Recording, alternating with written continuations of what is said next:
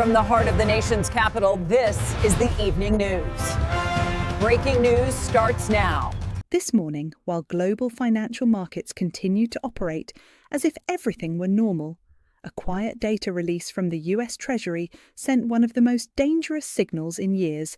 China has officially reduced its holdings of US Treasury securities to approximately USD 688 billion, the lowest level since 2009.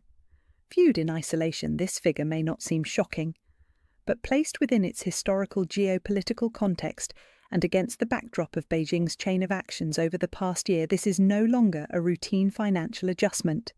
It is a cold strategic message sent directly to Washington and to the entire Western financial system. It must be emphasized that for more than a decade, China was once the largest foreign creditor of the United States, holding as much as USD 1.32 trillion in treasuries in 2013. At that time, the US-China relationship functioned as a closed-loop system. China produced and exported goods earned US dollars. The United States ran fiscal deficits and issued debt. China then recycled those same dollars by purchasing US treasuries. This system kept global interest rates low, stabilized international trade, and cemented the US dollar's irreplaceable position. Today, holdings have fallen by nearly half from their peak, effectively erasing more than 16 years of financial integration and signaling that this cycle has been broken. What is most concerning is not the absolute number, but the timing and the manner of China's sell-off. The 2024-2025 period marked one of the worst stretches for the US bond market in decades, with sharply rising interest rates, volatile yields, and heavy downward pressure on bond prices. In such conditions, any institution selling bonds must accept realized losses, not merely paper losses. In finance, assets are not sold at a loss unless liquidity is urgently needed, or the seller believes the asset is about to become far more dangerous. China is not facing a liquidity crisis. It continues to run large trade surpluses and maintain substantial foreign exchange reserves. Therefore, this decision to sell at a loss can only be interpreted as strategic, not purely economic. The major psychological turning point for Beijing came after the events of 2022, when the United States and Europe froze more than USD 300 billion of Russia's foreign exchange reserves in a very short period of time. For China, this was a direct warning. Financial assets held within the Western system are no longer neutral. They can be transformed into political leverage at any moment. In a scenario involving escalating tensions over Taiwan or a broader regional conflict, US treasuries would no longer be safe assets, they would become geopolitical hostages. The remaining USD 688 billion, viewed through this lens, is not a guarantee, but a latent risk that could be frozen or neutralized by a single administrative decision. This is why China's willingness to accept estimated losses of 10 to 20% on US Treasury sales should not be seen as miscalculation, but as a cold comparison between losing part of the value today versus risking the loss of everything tomorrow.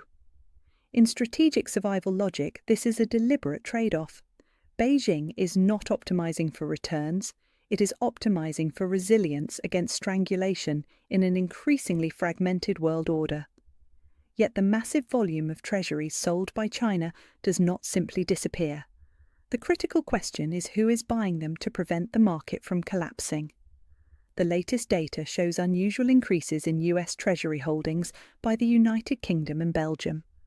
The UK has raised its holdings to over USD 750 billion, nearly on par with China, despite having a far smaller economy and facing its own challenges of fiscal deficits, sluggish growth and currency pressure.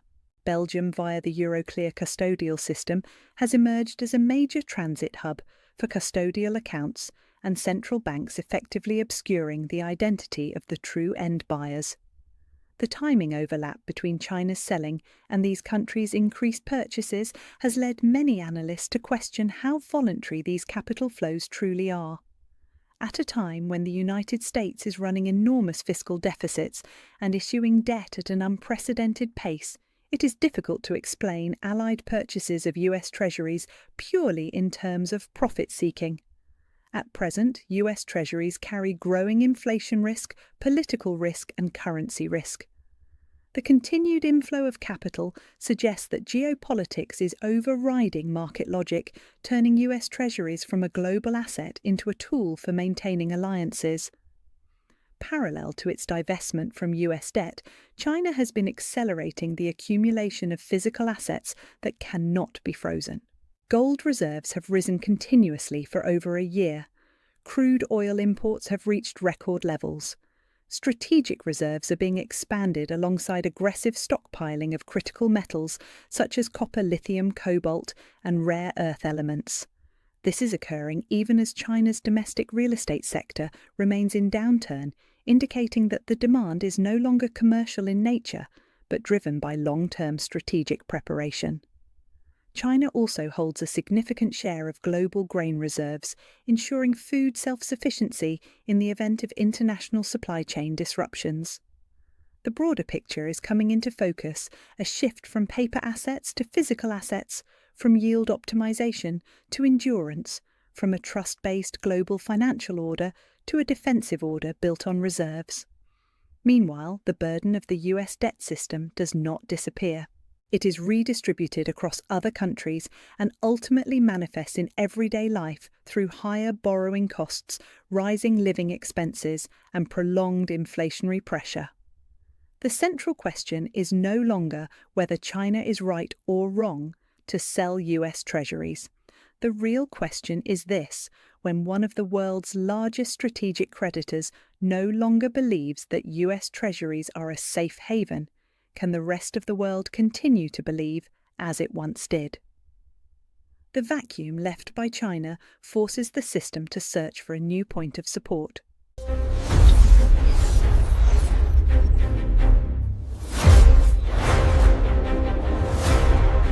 When a strategic creditor steps back, the market does not ask why. It asks only one question: who will fill the gap? In the case of US Treasury securities, the answer is gradually becoming clear, not from emerging economies, nor from the global private sector, but from Washington's closest allies themselves. Treasury International Capital data reveals a quiet yet decisive shift. The United Kingdom, Japan, and European financial centres are becoming the primary pillars supporting the US debt market precisely as China reduces its role. The United Kingdom offers the clearest illustration of this imbalance. With an economy only a fraction the size of China's, the UK lacks large trade surpluses and does not possess the abundant dollar inflows that Beijing enjoyed during the golden era of globalization. Yet British holdings of US Treasuries have surged beyond USD 750 billion, placing the UK among the world's largest creditors. This capital flow does not reflect a sudden expansion of British economic power. Instead, it reflects London's role as an intermediary financial hub, where capital is structured, leveraged, and redistributed according to geopolitical requirements. An increasingly common question within financial circles is whether, absent political motivation, the UK would willingly shoulder such a burden. US Treasuries today are no longer a sleeping asset that offers unquestioned peace of mind. Persistent inflation, rising US borrowing costs, and growing currency risk have eroded their real attractiveness. The UK's continued accumulation under these conditions signals that this is not merely an investment decision, but part of a broader obligation to maintain stability in a financial system upon which Britain itself is deeply dependent. In Europe, Belgium has emerged as an anomaly in the data. On paper, a mid-sized economy would struggle to accumulate hundreds of billions of dollars in US Treasuries in a short period of time, but Belgium does not represent a single sovereign buyer. Through Euroclear, it functions as a technical address for the custodial accounts of central banks' investment funds and major financial institutions. When US Treasury holdings in Belgium spike, it typically reflects collective buying activity across the Western Bloc, concealed behind the technical architecture of the settlement system. Japan, the largest foreign holder of US debt, faces its own dilemma. The yen remains under sustained pressure, domestic bond yields are rising, and the Bank of Japan is forced to intervene repeatedly to stabilize internal markets. In this environment, every additional purchase of US Treasuries means further locking financial resources into an external system rather than prioritizing domestic stability. This balance is becoming increasingly fragile as pressure from currency markets and domestic politics intensifies. As allies are compelled to absorb the debt, China leaves behind, the cost does not stop at national balance sheets. That pressure gradually filters into the real economy. To absorb such massive volumes of Treasuries' yields must remain sufficiently attractive, implying prolonged high interest rates. High rates are not abstract market figures. They translate into higher mortgage costs, reduced access to capital for businesses, and constrained economic growth. In the United States, interest payments on public debt have become one of the largest items in the federal budget, directly competing with defense spending and social welfare. For every additional percentage point increase in interest rates, hundreds of billions of dollars in extra costs appear on the fiscal balance sheet. This narrows policy flexibility, forcing the government to choose between raising taxes, cutting spending, or borrowing even more simply to service existing debt, creating a cycle that is increasingly difficult to escape. Across the Atlantic, Europe is not immune. High US interest rates transmit globally, pushing up the cost of capital in Europe and other economies. Households experience this through rising energy prices, food costs, and an escalating cost of living. Financial decisions made at the superpower level thus cease to be distant abstractions and become direct pressures on everyday life. In this context, the role of the US Federal Reserve grows ever more central. When the market lacks sufficient natural buyers, the Fed is forced to act as buyer of last resort to prevent instability. Expanding its balance sheet, whether openly or indirectly, helps keep yields from spiking, but simultaneously fuels concerns over long-term inflation and the erosion of the dollar's value. This represents an unavoidable trade-off between short-term stability and long-term risk. Taken together, the emerging picture is one of a system in which US debt is sustained less by market confidence and more by political coordination among allies. As China withdraws, the gap is not filled by pure economic logic, but by strategic obligation. This makes the system more vulnerable to shocks because any fracture within the alliance could trigger difficult-to-control chain reactions. In such an environment, US Treasuries are no longer merely financial instruments. They are a barometer of Western alliance resilience. As the burden continues to rest on a finite group of countries, the question is no longer just how long they can carry it, but what happens when that capacity reaches its limit. From here on, the issue is no longer capital flows, but the power structure behind them.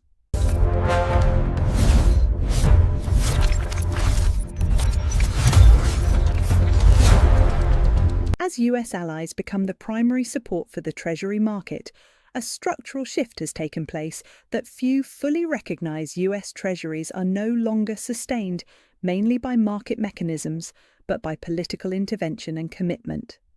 This marks a fragile boundary between a global financial system operating on organic trust and one that relies on power to maintain stability. The distinction is not merely technical. It signals that the post-World War II economic order is entering its most severe stress test.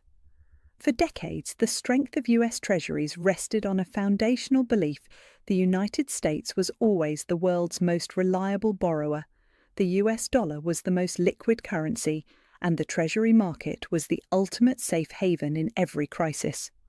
That belief led countries, regardless of political differences, to hold US debt as a core component of their national reserves.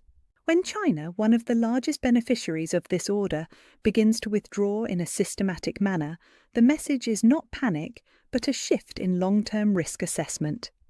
This move must be understood within the broader context of global fragmentation. World trade is being restructured, supply chains are being divided, and major economic blocs are increasingly prioritizing security over efficiency. In this environment, financial assets are no longer judged purely by yield, but by their survivability under worst-case scenarios. US Treasuries, despite their high liquidity, have revealed a vulnerability that was previously underappreciated political risk tied to the control of a single sovereign power.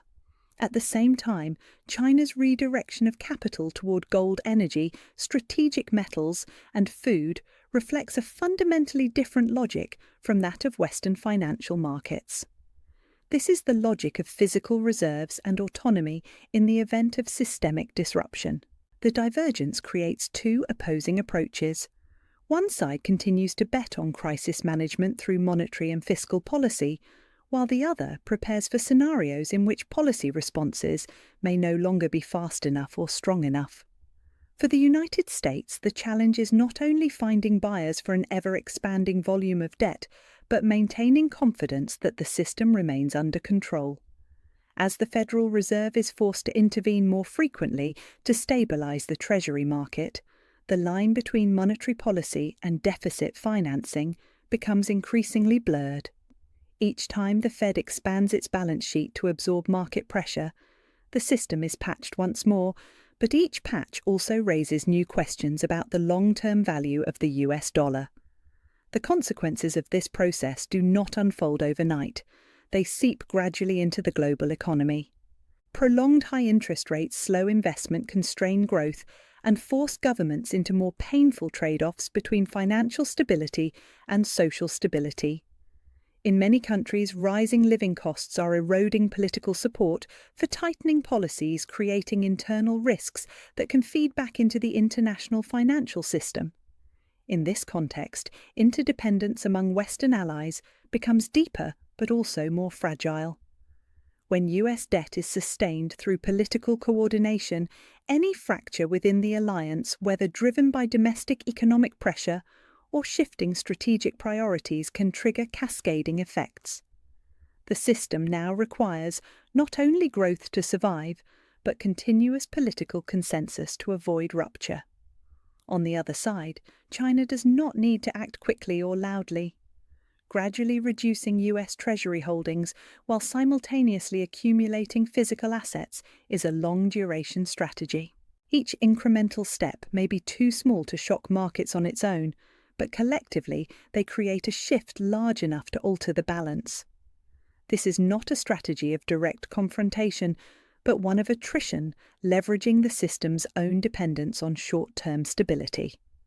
From a global perspective, the emerging order is taking shape not through sudden collapse, but through a prolonged process of adaptation. US Treasuries remain central, but their role increasingly rests on political power rather than broad market consensus.